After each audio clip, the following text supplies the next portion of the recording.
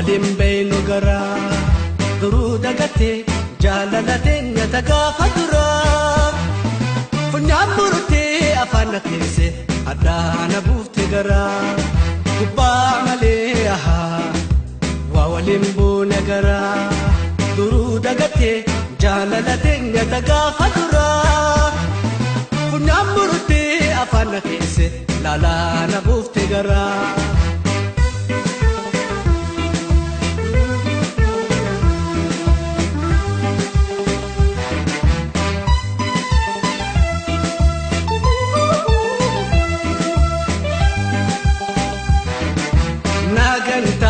Kolle mamne na garagalta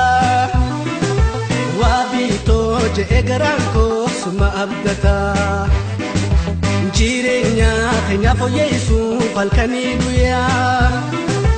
nimfiga ta kampo kanne anumriya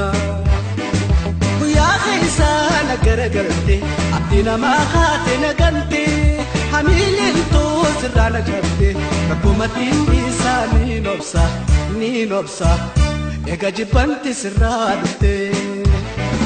kuya khaisa na garagalte abdina ma khate na gante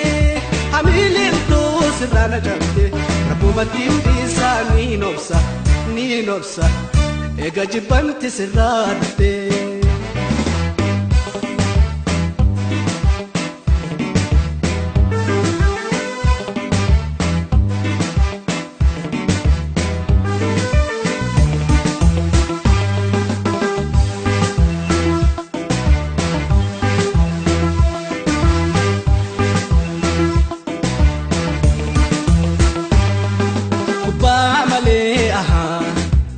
waliin beeynu garaa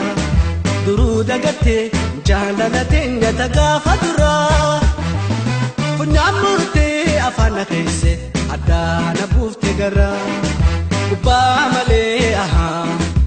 waa waliin buune garaa duruu dagatee jaalalateen nyata gaafa duraa funyaan murtee afaan nakeesse laalaana buufte garaa.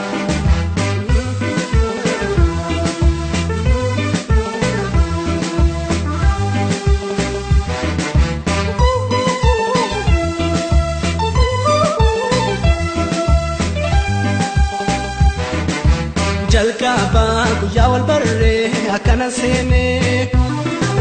wal damnaa je'eeti kollee hawaasi mamnee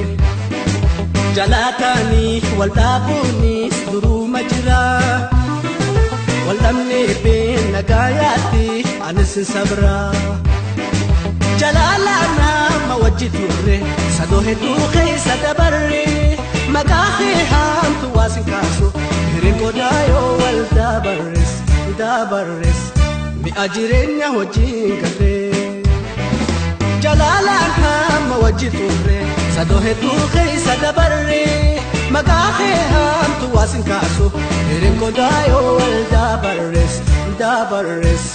mi'a jireenya hojiin garree.